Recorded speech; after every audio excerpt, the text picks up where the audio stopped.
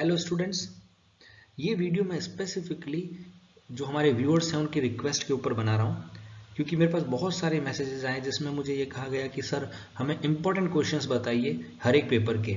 तो आज जो आपका एनटीटी का पेपर नंबर 1 है, child psychology and child care and health, उसके मैं कुछ इंपॉर्टेंट क्वेश्चन आप लोगों के साथ डिस्कस करूंगा और बताऊंगा। तो चलिए शुरू करते हैं आज का वीडियो।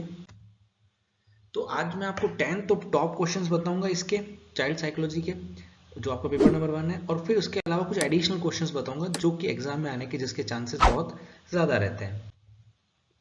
तो जो टॉप क्वेश्चन है उनमें से पहला क्वेश्चन हमारा ये है, what do you understand by child psychology, explain the meaning of child psychology and define it. यानी कि बाल मनोविज्ञान से आप क्या समझते हैं, बाल मनोविज्ञान का अर्थ को समझाइए और परिभाषित कीजिए। ये मैं अपने वीडियो में ऑलरेडी दिखा चुका हूँ कि चाइल्ड साइकोलॉजी क्या होता है, इसका आंसर ऑलरेडी है, तो आप उसको समझ सकते हैं। दूसरा इसके अंदर जो सबसे इंपॉर्टेंट क्वेश्चन बनता है वो है, describe the stages of child development, बाल विकास की अवस्थाओं को का वर्णन कीजिए। अब जो चाइल्ड डेवलपमेंट की जो स्टेजेस होती हैं उसमें अगर हम बात तो मेनली चाइल्ड डेवलपमेंट के स्टेजेस में आता है इन्फेंट स्टेज, जो बाल बाल बचपना होता है, उसके बाद चाइल्डहुड, उसके बाद एडोलेसेंस, और उसके बाद आता है युवावस्था और वृद्धावस्था। तो ये ह्यूमन डेवलपमेंट की स्टेजेस हैं जो बाल विकास की अवस्थाएं आती है, इसको आप डिफाइन कर सकते हैं। फिर अगला क्वेश्चन है, what is the health science, hygiene, स्वच्छता से आप क्या समझते हैं, या स्वास्थ्य विज्ञान क्या होता है, और इसके जनरल रूल्स को समझाइए, स्वास्थ्य के सामान्य नियमों को समझाइए। तो स्वास्थ्य के सामान्य नियम क्या होते हैं, हाइजीन क्या होता है, साफ सुथरा रहना, उसके बारे में आपको लिखना है कि हम साफ सफाई कैसे रख सकते हैं, हम साफ कपड़े पहनने चाहिए, और जो भी उसके हाइजीन से रिलेटेड चीज़ें होती है वो हमें समझानी है। उसके अलावा स्वास्थ्य के सामान्य नियमों को संक्षेप में समझाइए। सामान्य नियम क्या है, प्रॉपरली हाथ धो के खाना खाना, जहाँ पे आप सोते हैं उसको साफ रखना, खुद की साफ सफाई रखना, खुद के इर्द गिर्द, घर के इर्द गिर्द साफ सफाई रखना, इन सब चीज़ों के ऊपर आपको लिखना है। अब इसके बाद अगला क्वेश्चन जो आता है, what are the factor which effect the health, वो कौन से कारण हैं जो आपके स्वास्थ्य को इफेक्ट करते हैं, यानी स्वास्थ्य को प्रभावित करने वाले कारक कौन से होते हैं। तो आप खुद बताइए, स्वास्थ्य को इफेक्ट करने वाले कारण कौन कौन से हो सकते हैं। हमारा खान पान हो सकता है, हमारी बीमारियों का जो ट्रीटमेंट लेते हैं वो हो सकता है, हम कितने साफ सुथरे रहते हैं उस पर हमारा स्वास्थ्य इफेक्ट हो सकता है। तो ये सारी चीज़ें जो भी आपके स्वास्थ्य को इफेक्ट करती हैं उनको आपको समझाना है और उनके बारे में आपको लिखना है। अब इसके अंदर अगला सवाल है, what are the various type of games, अलग अलग प्रकार के खेल कौन से होते हैं। देखिए, हर खेल जो होता है वो बच्चे को कुछ ना कुछ सिखाता है। कुछ होते हैं इंडिविजुअल खेल जो बच्चा अकेला खेलना पसंद करता है, फिर ग्रुप खेल होते हैं जो जिसमें वो ग्रुप के साथ खेलता है, जिसमें उसके सोशल स्किल्स बढ़ती है, उसकी सामाजिक स्किल जो होती है वो बढ़ती है।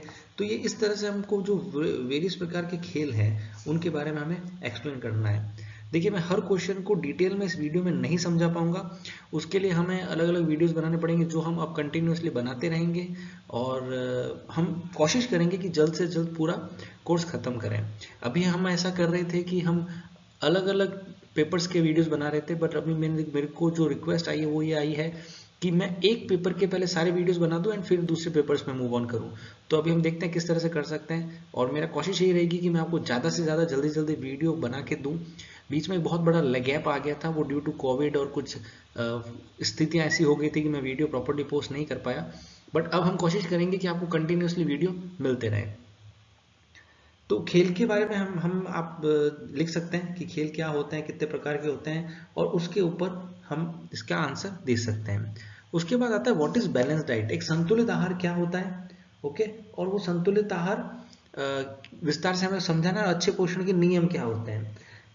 संतुलित आहार, बैलेंस डाइट, जैसा कि ये शब्द खुद अपने आप में समझा रहा है, बैलेंस डाइट होता है कितना खाना है, कब खाना है, कैसे खाना है, हमें हरी सब्जियां खानी चाहिए या फ्रूट ज़्यादा खाने खाने चाहिए, इन सब के ऊपर आपको एक्सप्लेन करना है। फिर अगला क्वेश्चन है, what is the infant mortality. अब जो मोर्टेलिटी होता है वो होता है मृत्यु दर, और इन्फेंट मोर्टेलिटी मतलब होता है शिशु मृत्यु दर। What are the factors of infant mortality, और वो कौन से फैक्टर्स हैं जो मृत्यु दर को इफेक्ट करते हैं। ये वीडियो मैं आपको नेक्स्ट वीक इसके ऊपर पूरा वीडियो मैं आपको देने वाला हूँ कि मोर्टेलिटी रेट क्या है। ये आपका पेपर जो फर्स्ट पेपर है उसका सेकंड पार्ट है चाइल्ड केयर एंड हेल्थ, उसके अंदर से क्वेश्चन है। वो हमारा नेक्स्ट टॉपिक अगला वही है चैप्टर नंबर 5 एंड 6, तो मैं इसको उसमें डिटेल में एक्सप्लेन कर दूंगा कि इन्फेंट मोर्टेलिटी क्या होता है। इसमें दो तरह की मोर्टेलिटी होती है, मैटरनल मोर्टेलिटी यानी कि माता की मृत्यु दर, और इन्फेंट मोर्टेलिटी यानी शिशु की मृत्यु दर। तो शिशु की मृत्यु दर के मेन कारण होता है कि उसको टाइमली अगर मेडिसिन अटेंशन नहीं मिली, मेडिकल अटेंशन नहीं मिली, माँ बराबर खा पी नहीं रही है, उसके जो टीके वगैरह होते हैं वो प्रॉपर्ली नहीं लगे, उसका टेक केयर नहीं किया गया, तो ये सब मोर्टेलिटी रेट होती है। बाकी उसके बचपन जन्म होने के बाद जो बीमारियां होती है उस वजह से भी मोर्टेलिटी रेट होती है। तो ये सारी चीजें हमें इसके अंदर एक्सप्लेन करनी पड़ेगी। अगला क्वेश्चन आता है इसका, what is the time table, why it is important in child's life and explain its benefit. समय सारणी क्या है, बच्चे के जीवन में उसकी इंपॉर्टेंस क्या होती है और उसके फायदों को समझाइए। देखिए समय सारणी क्या होती है कि हम जिस तरह से एक पूरा हम क्या कार्य करेंगे, कितनी देर कार्य करेंगे, कैसा करेंगे, वो जो हमारा पूरा एक शेड्यूल होती है, एक दिन की पूरी जो सारणी होती है उसको समय सारणी बोलते हैं। बच्चों के स्कूल में हमने देखा होगा टाइम टेबल होता है जिसमें पीरियड कौन सा लगेगा उस हिसाब से ध्यान रहता है। इससे बेनिफिट क्या होता है, उससे आपकी लाइफ में, उसके आपके जीवन में एक डिसिप्लिन बनता है और उसी के फायदे आपको यहाँ पे लिखने हैं। अगला सवाल इसमें आता है, explain exercise and type of exercise and it's benefit. व्यायाम क्या है, कितने प्रकार के व्यायाम होते हैं, उनके फायदे क्या होते हैं। तो व्यायाम क्या है ये आप समझा ही सकते हैं, और उसके लाभ क्या होते हैं। व्यायाम के लाभ होते हैं आपके शारीरिक लाभ होते हैं, आपके मानसिक लाभ होते हैं, आपको जीवन में आप हेल्दी, आपका शरीर अगर स्वस्थ रहेगा तो आपका दिमाग स्वस्थ रहेगा और वही आपकी तरक्की और आगे बढ़ने के कारण बनेंगे। इसको आप डिटेल में लिख सकते हैं। How to take care of new born child and his protection from diseases. एक नए बच्चे नवजात शिशु को हमें कैसे ध्यान रखना चाहिए, उसकी कैसे टेक केयर करनी चाहिए और उसको कैसे बीमारियों से बचा सकते हैं। तो एक नवजात शिशु को कैसे टेक केयर करते हैं, उसके कपड़े साफ रखकर, उसके कपड़े सॉफ्ट होने चाहिए, सॉफ्ट कपड़े होने चाहिए, ज़्यादा चुभने वाले कपड़े नहीं होने चाहिए।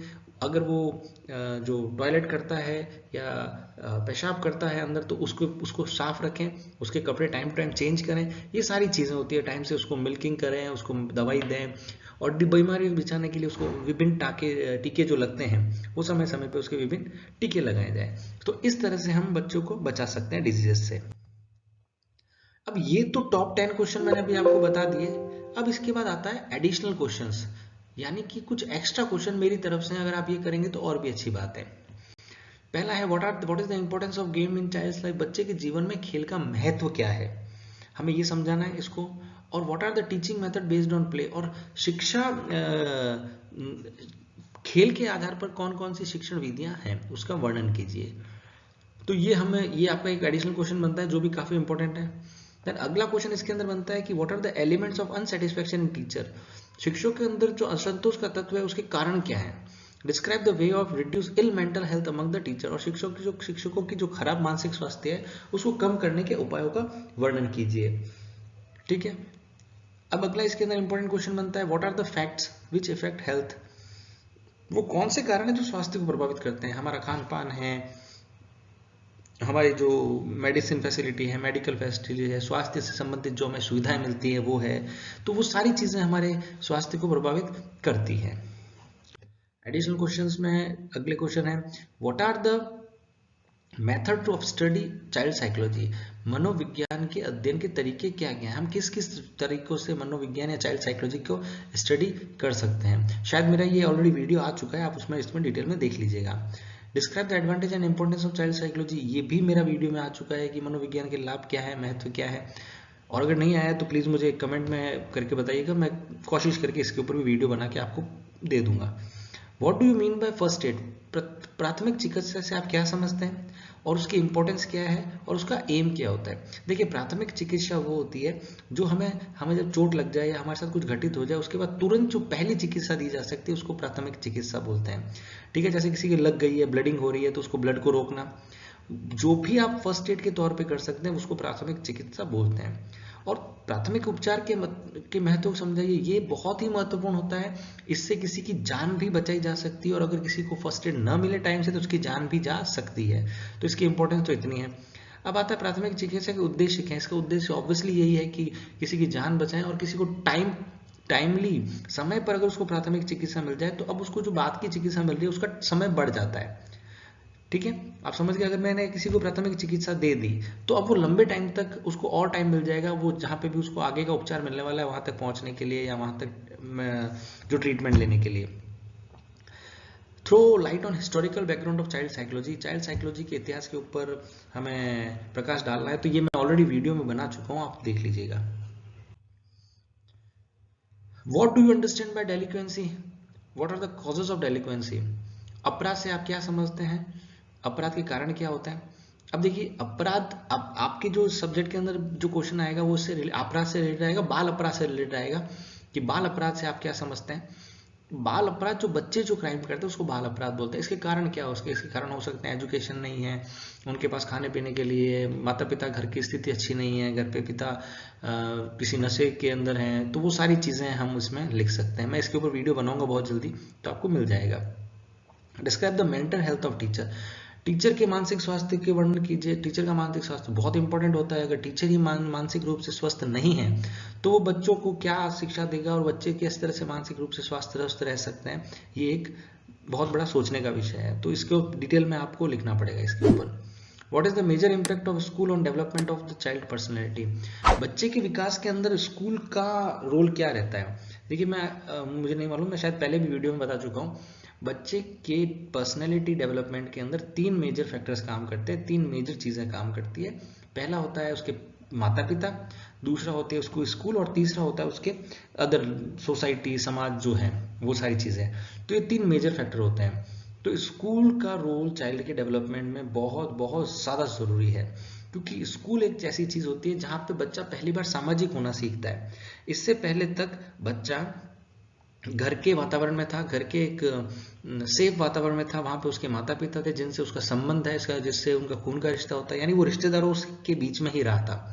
रिश्तेदारों से हटके वो पहली बार स्कूल में आता है जहाँ उसका ब्लड रिलेशन कुछ नहीं है, पर वहाँ ये दोस्त बनाना सीखता है, सामाजिक होना सीखता है, एक डिसिप्लिन लाइफ सीखता है, नियम मानना सीखता है। तो बहुत चीज़ें वो सीखता है स्कूल के अंदर। तो इसी तरह से चाइल्ड डेवलपमेंट के, बच्चे के डेवलपमेंट में स्कूल का एक बहुत इंपॉर्टेंट रोल होता है।